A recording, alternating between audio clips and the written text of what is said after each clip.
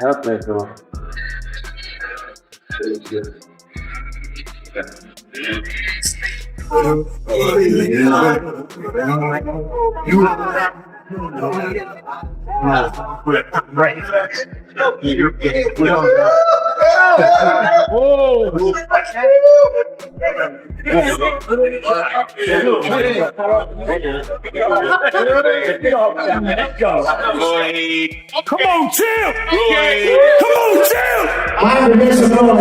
With just a month remaining before facing Mike Tyson, Floyd Mayweather isn't carrying himself like a retired icon soaking in attention.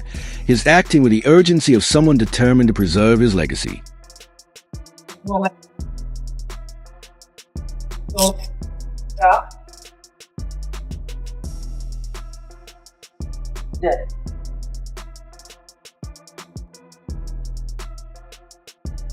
Double that. Double that. Double jab right here. Woo. Come on. Even hook right. Jab, jab. Jab, hook, jab. Jab, hook, jab. Jab, hook right hand. Drop.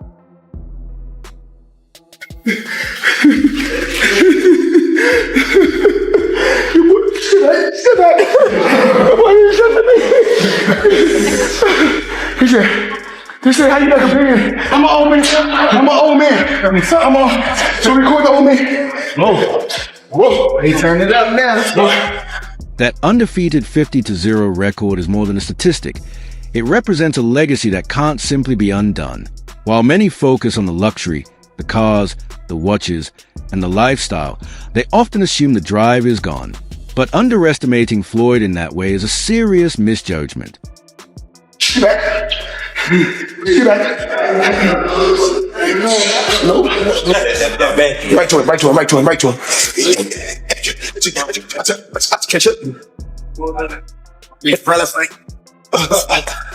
I just said, bro. I should. Right, left foot.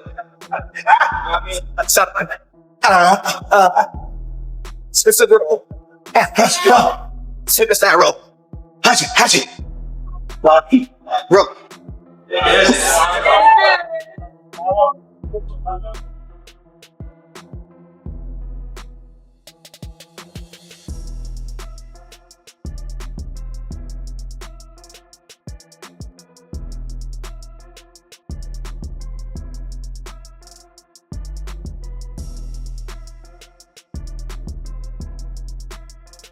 He may stop briefly to hydrate, but there's never a true pause, just a steady pace that develops what many fighters eventually lose: elite conditioning. That's the element people often miss. Floyd has never shown signs of wearing down, not in the later rounds, not under pressure, and not when things get chaotic. His footwork stays active, his reactions remain quick, and his punches still carry the same sharpness as they did at the opening bell, even as others begin to slow.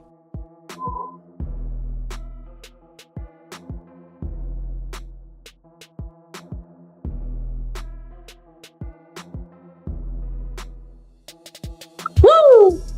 Woo!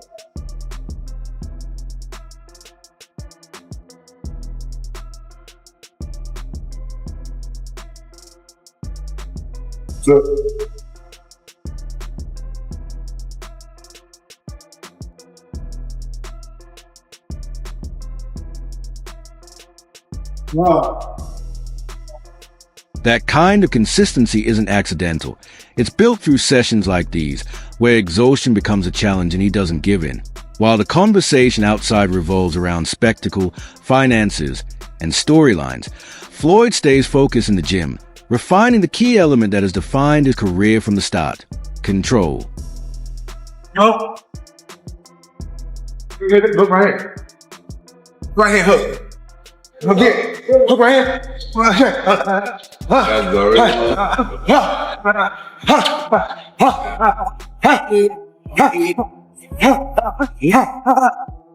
Just as Floyd is methodically working the heavy bag like it's part of a long-term conditioning plan, Mike Tyson enters a discussion with a completely different mindset, one that isn't about experiment, but about results intensity, and the unpredictability that comes when two fighters step into the same ring. When the interviewer brings up the familiar question about solving the shoulder roll, Tyson brushes it off with a simple, anything can happen. It may sound basic, but it reflects how pressure fighters operate. There's no detailed formula, only timing, awareness, and that critical instant when structure breaks down. What shifts the tone even more is Tyson moving the focus away from the fight altogether, instead speaking about his invitational as if that's where his real attention lies now. Six. Well, if you don't know, I want to tell everybody this. The last time I made 25 million, I made more, but last time I made 25 million was 10 years ago. Wow. I'm not bragging or boasting. I'm just telling the truth. I'm appreciative and thankful. $25 million is still great money. Sure. But it's not Mayweather money. Well, you know, for the last, I don't know how many years, my guaranteed lowest is be like 32, a little bit over 32. That's my lowest. But you'll also know that in a Canelo fight, you know, I made over 100 million in that fight. And then in a pack, just in 2 fights. Oh my God. Pacquiao and Canelo, those 2 fights, somewhere upwards of 400 million. I mean, probably $400 million or better. And just me and sponsorship money. Leading up to the Pacquiao fight, that week I made somewhere 25 to 30 million. Wow, that's crazy. So these are my numbers. Yeah. You know, they can say Floyd lying all they want to. If I was so desperate and hurting for money, I'll come back. You still be fine. He openly states that his legacy as a legend is complete, as if that chapter's already closed. It stands out because most fighters hold on to that label as long as they can, while Tyson speaks about it like something from the past. It reflects a level of self-awareness that's hard to ignore that he then shifts to discussing discipline, pointing out that the same level of grind isn't always visible in today's gyms. Coming from someone who once trained with relentless intensity, that observation carries weight. Then he brings up fear, not hypoaggression, but the idea that nerves are part of the process, saying that without them, a fighter may not be suited for the sport. It highlights something often misunderstood. Top fighters aren't without fear. They know how to function despite it. Now the picture becomes clearer. On one side, Floyd focused on precision and conditioning, building consistency in training. On the other, Tyson speaking from experience, embracing unpredictability over structure. That contrast alone is what makes the situation so compelling. You're looking in phenomenal shape. You look shredded. You're supposed to fight Floyd next month, correct? Yeah, next month from now, we ready, whatever. How do you beat the shoulder roll? He's 50-0. Huh? How do you crack the shoulder roll? Happens, you never know. Hey, listen, I think this established my importance in the boxing world more so than the amateurs, than the professional fighting, because this is the future. You know, Mike Tyson got a great name, and that's over. That's all. Just as Tyson leaves, the conversation centered on fear, discipline, and unpredictability, Oscar de la Hoya steps in with perspective that feels both observant and measured, fully aware of how the sport operates behind the scenes. He straightforwardly describes the Mayweather-Pacquiao rematch as entertainment, a simple way of expressing what many have been implying without exaggeration or hype at the same time.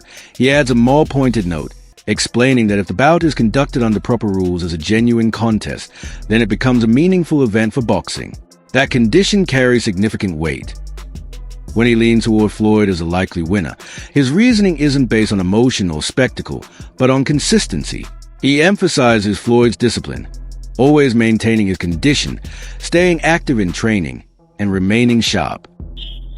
But Hey, guys, one last question, okay? What part fear plays in the career of the fighter? Well, if you're not crazy and you're doing this, you're insane, okay? So I worry about guys that are not nervous before fighting because they'll never be a great fighter. Because when you're scared, you avoid pain, you avoid getting hit. And if you're one of those guys that have no fear, you're going to constantly get hit. And you're not going to end the game finish. By the time you finish fighting, you'll be talking another language. And that's what happens to those tough guys.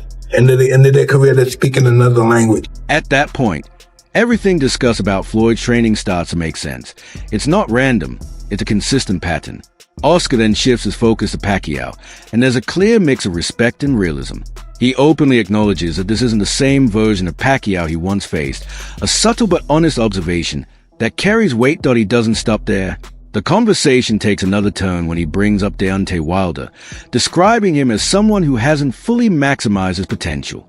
While he recognizes Wilder's power as something exceptional, he questions his level of activity, pointing out that many modern fighters compete less frequently. From there, the discussion broadens beyond individual names to the sport as a whole, highlighting how today's fighters often approach their careers with a more measured pace. This is what makes Oscar's perspective stand out. He moves fluidly between past and present, blending insight from experience, business awareness, and a broader view of boxing all at once. Who would you back? Who do you think would win it? If it's a real fight, because that's what Pacquiao wants, it seems. Yeah, I think Mayweather will. I think Mayweather will take it. Yeah, one thing about Mayweather you have to understand is he's always taking care of himself. Like his body, physically, mentally, he's always been very sharp and always staying in the gym and doing something physically, right? That's the big advantage he has. I mean, he's an athlete. He's a world-class athlete. Watching Pacquiao's last fight, yeah, you kind of feel. As Oscar steps away, leaving behind a mix of nostalgia, realism, and subtle doubt, then Rafael enters with a different kind of perspective, one that suggests has already seen the scenario unfold long before others caught on. He plainly states that the idea of a rematch isn't surprising at all, cutting through any sense of shock. While some fans act like this development came out of nowhere, his view is that it's been expected. You just had to be paying attention. He then shift the focus entirely, no longer treating it as a traditional boxing discussion but more like a product. In his eyes, this isn't aimed at the hardcore boxing audience that analyzes every round late into the night. Instead, it's designed for casual viewers browsing platforms like Netflix, deciding what to watch. That perspective changes the entire conversation. The question is no longer about competitiveness, but about recognition and appeal. And in that sense, names like Mayweather and Pacquiao still carry the weight of global brands. I feel bad for him, and even though he did win and he did, I guess, pull off a surprise in his last fight with a draw against a world champion, but still, you tend to kind of like feel bad because it's not the same Pacquiao. It's definitely not the same Pacquiao I faced. That's for sure. The one that put me on my stool in the 9th round. But I still think that Mayweather will pull this one off. I mean, if it does. And also acknowledges that the original matchup shattered records across the board. But now, years later, the focus isn't on setting new records. It's about sparking interest and drawing attention. He supports this idea by referencing an MMA example involving Ronda Rousey and Gina Carano, highlighting how familiar names can drive audience engagement regardless of peak performance. What this reveals is the psychology behind these events. Viewers don't always need fighters at their absolute best. They are drawn to recognizable names and the curiosity that comes with them. Then also points out a clear contradiction. Even the most dedicated boxing fans, the ones who critique and question these matchups, are still likely to watch. His point is that boxing audiences are deeply engaged. They may argue and criticize, but they don't stay away. While some people continue evaluating the situation as if it were 2015, then frames it through a 2026 perspective, focusing on business, audience behavior, and how the sport is evolving. The regular person that's scrolling through Netflix to see what's on a weekend night, they're going to look and say, oh, Mayweather, Pacquiao, I know those guys. They're as famous as any boxers in the world. And if it doesn't cost me any extra money and I'm just paying my normal subscription, I'll check it out. And it's going to do big numbers. That's why Jake Paul versus Mike Tyson did the numbers it did. And that's why, we saw them be interested in a fight like Jake Paul against Anthony Joshua and the other events that they have done. Tyson Fury's come back as they try to, build up more in the UK. And this is going to be the same situation. When you step back and take in everything, the situation stops feeling like just a single fight build-up and starts looking like several different realities coming together at once.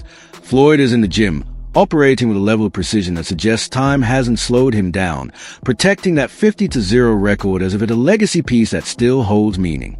Tyson brings a completely different energy, raw, instinctive, and unpredictable, trusting that pressure and chaos will eventually break through any structure. Oscar, on the other hand, brings a grounded perspective, reminding everyone that this is still a business shaped by experience, where discipline tends to outlast emotion and consistency outlasts hype.